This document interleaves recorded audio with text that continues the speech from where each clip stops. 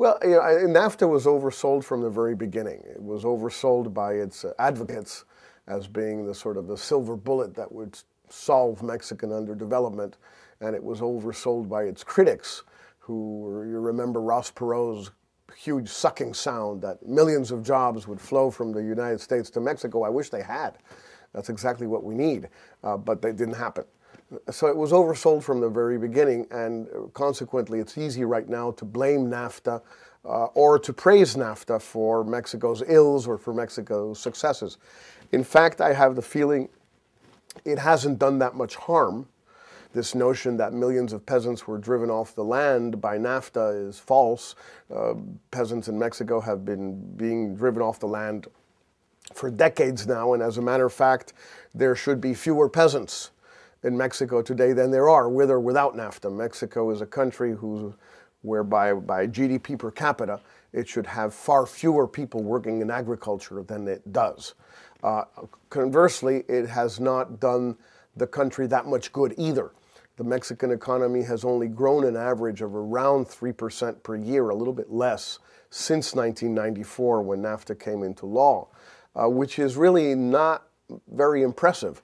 And it's way below what was expected of NAFTA. So I think too much has been made of the whole thing. As it stands, it's okay, but it's not such a big deal. Well, there's a lot of things that it has to do. It has to do things on energy, on the rule of law, on tourism, on all sorts of things. But at the end of the day, the one most important thing that it has to do is to convince itself and the United States and Canada that Mexican economic development and prosperity is the #1 issue on the U.S. and on the Canadian agenda with Mexico.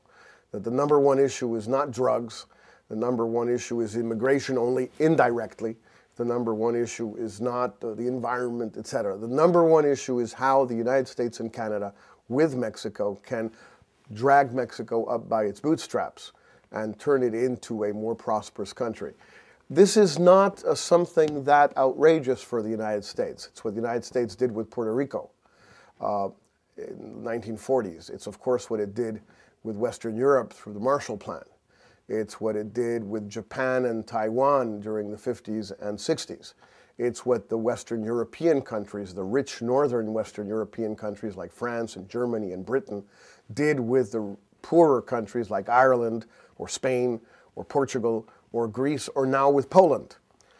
If you're interested in having neighbors that are further up in the income scale, make you more competitive, make you more secure, make better friends, you have to get involved in doing so.